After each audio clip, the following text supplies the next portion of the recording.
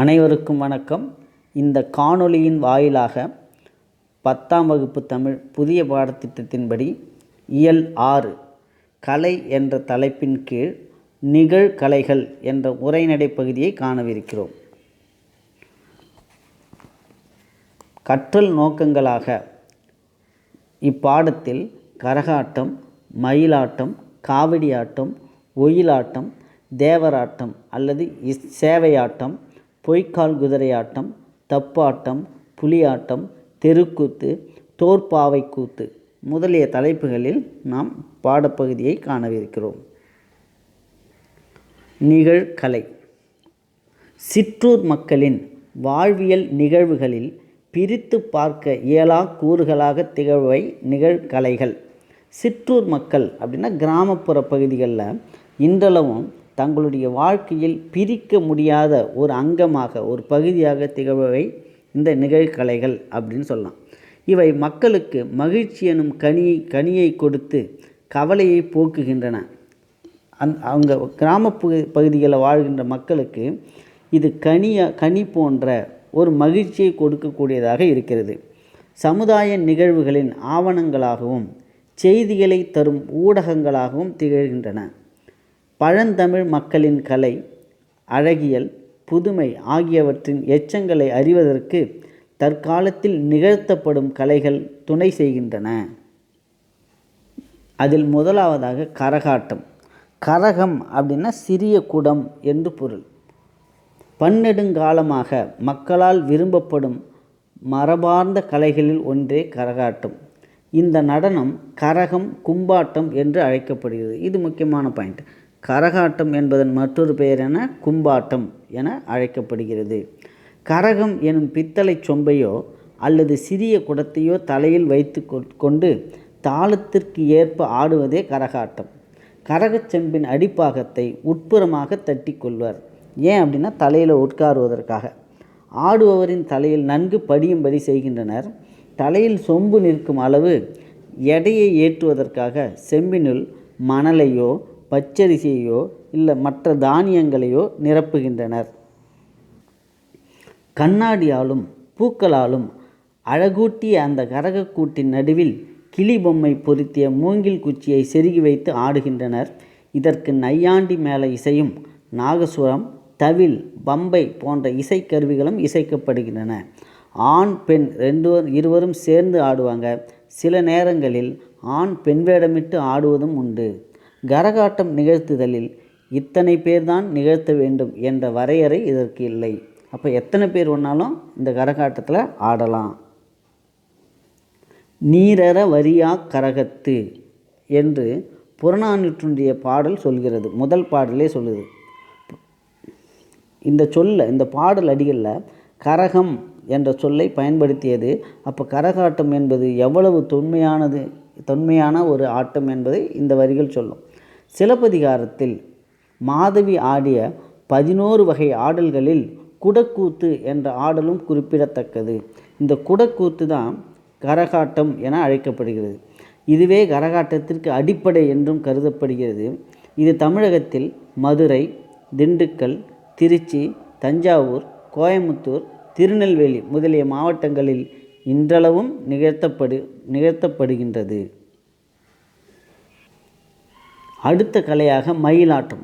மயில் வடிவுள்ள கூட்டுக்குள் ஒருவர் தன் உருவத்தை மறைத்து கொண்டு நையாண்டி மேளத்துக்கேற்ப ஆடும் ஆட்டமே மயிலாட்டமாகும். இந்த நையாண்டி மேளம் இசைக்க கால்களில் கட்டப்பட்டுள்ள சலங்கை ஒலிக்க மயிலின் அசைவுகளை ஆடி காட்டுவார்கள். மயில் போல ஆடுவார்கள். கரகாட்டத்தின் துணையாட்டமாக இந்த மயிலாட்டம் ஆடப்படுகிறது.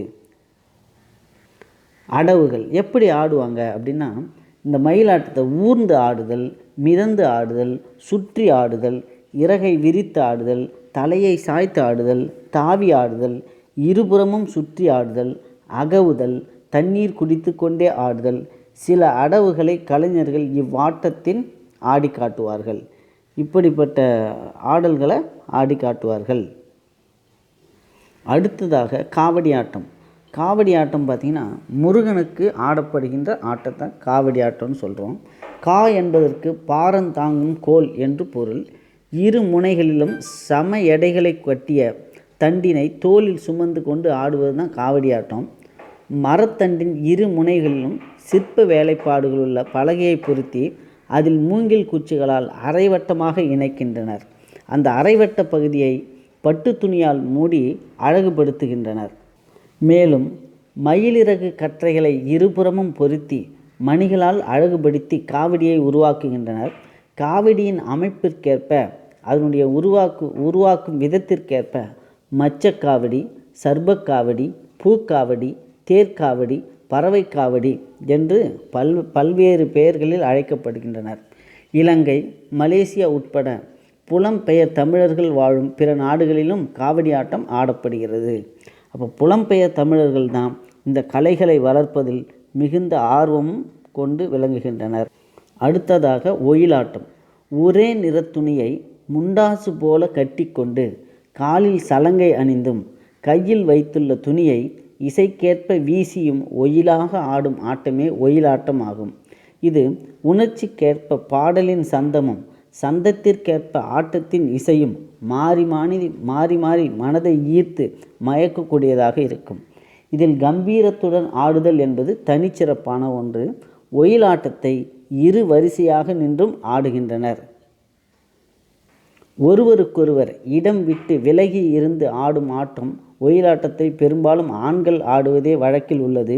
ஒரே குழுவில் வயது முதிர்ந்தவர்களும் இளைஞர்களும் இணைந்து ஆடுவதும் உண்டு. அந்த ஆட்டத்தில் தோளால் கட்டப்பட்ட குடம், தவில், சிங்கி, டோலக், தப்பு போன்ற இசைக்கருவிகள் பயன்படுத்தப்படுகின்றன. அடுத்ததாக தேவராட்டம் அல்லது சேவையாட்டம். இசைக்கருவிகள் பார்த்தோம்னா தேவராட்டம் வானத்து தேவர்கள் ஆடிய ஆட்டம் என பொருள் கொள்ளப்படுகிறது. இந்த ஆட்டத்தை ஆண்கள் மட்டுமே ஆடும் ஆட்டம்.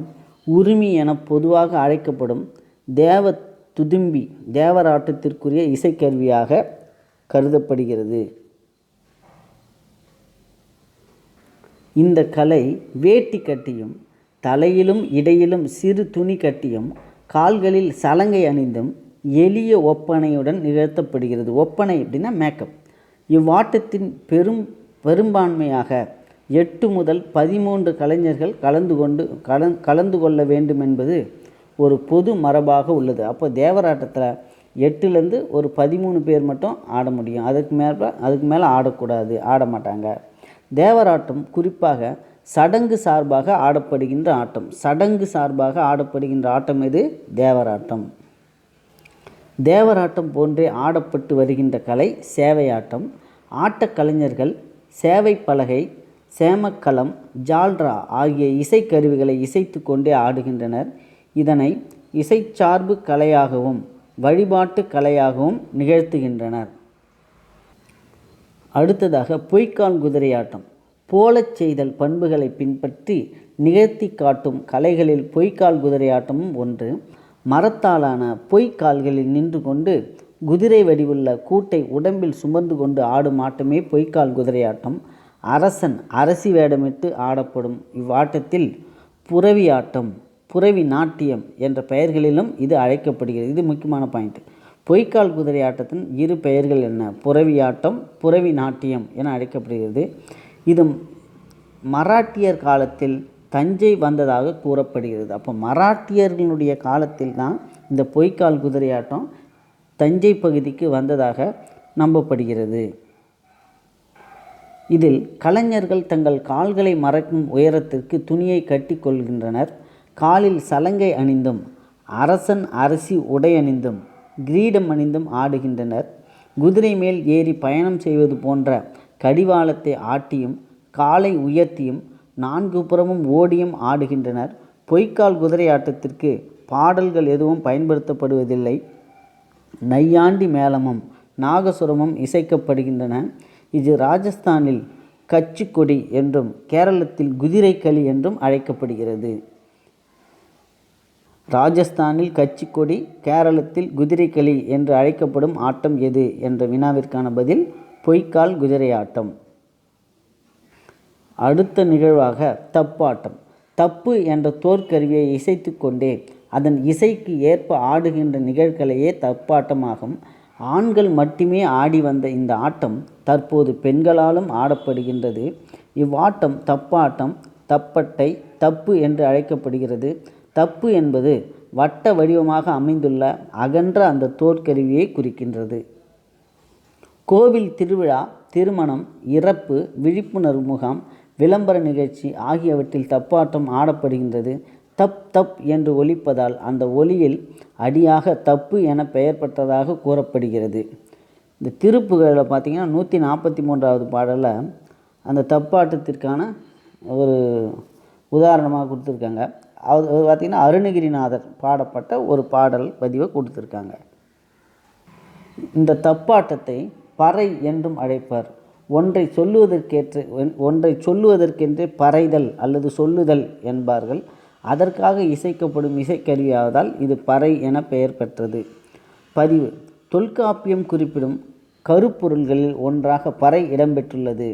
மேலும் பறையாடல் பற்றிய செய்திகள் இலக்கியங்களிலும் காணப்படுகின்றன.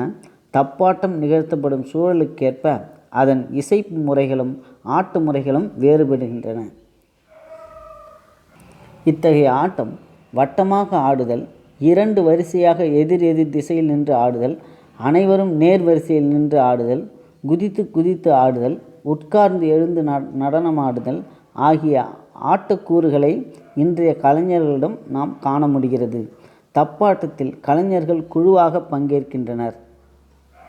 அடுத்த கலையாக புலியாட்டம். தமிழ் மக்களின் வீரத்தை சொல்லும் கலையாக திகழ்வது புலியாட்டமாகும். பாட்டும் வசனமும் இல்லாத ஆட்டங்களில் புலியாட்டமும் ஒன்று. அப்போ பாட்டும் கிடையாது, வசனமும் கிடையாது. விழாக்களில் புலி வேஷமிடுவோர் உடம்பெங்கும் புலியை போன்று கருப்பும் மஞ்சளுமான வண்ணக்கோடுகளை இட்டு துணியால் ஆன வாளை இடுப்பில் கட்டிக்கொள்வர்.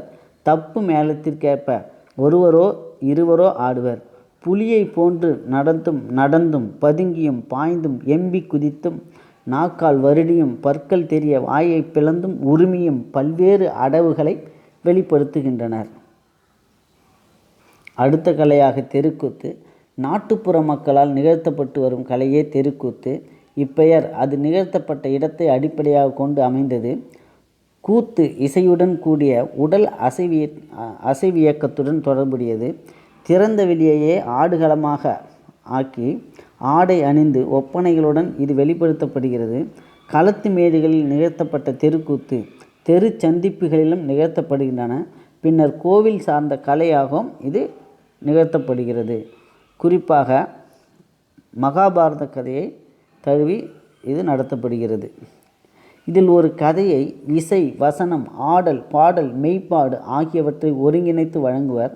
திரௌபதி அம்மன் வழிபாட்டின் ஒரு பகுதியாகவும் இது இருக்கிறது. தெருக்கூத்து வேளாண்மை செய்வோரின் கலையாக இருந்தது. அர்ஜுனன் தபசு என்பது மழை வேண்டி நிகழ்த்தப்படுவதாக இருக்கின்றது. கூத்து கலைஞர்கள், கூத்தை கற்றுக்கொள்பவர் ஆகியோரின் அடிப்படையிலும் காலம், இடம் போன்றவற்றின் அடிப்படையிலும் கூத்து நிகழ்த்தப்படுவதில் சிறு சிறு மாறுபாடுகள் உள்ளன. தெருக்கூத்து பொழுதுபோக்கு கூறுகளை பெற்று நாடகமாக வளர்ச்சி அடைந்துள்ளது. இதனை கதகளி போன்று செவ்வியல் கலையாக ஆக்கும் முயற்சிகள் மேற்கொள்ளப்பட்டு வருகின்றன. கடைசியாக தோற்பாவை கூத்து. தோலில் செய்த வெட்டு வரைபடங்களை விளக்கின் ஒளி ஊடுருவும் திரைச்சேலையில் பொருத்தி கதைக்கேற்ப மேலும் கீழும் பக்கவாட்டில் அசைத்து காட்டி உரையாடலையும் பாடி காட்டி ஆடுவது தோற்பாவை கூத்து. பொம்மலாட்டம் மாதிரி தோளால் ஆன பாவையை கொண்டு நிகழ்த்தும் கலையாதால் இது தோற்பாவை கூத்து என பெயர் பெற்றது. இதில் இசை, ஓவியம், நடனம், நாடகம், பல குரலில் பேசுதல் ஆகியவை இணைந்துள்ளன. கூத்து நிகழ்த்தும் திரைச்சீலையின் நீளம், அகலம் ஆகியன பாவையின் அமைப்பையும் எண்ணிக்கையையும் பொறுத்து வேறுபடுகின்றன.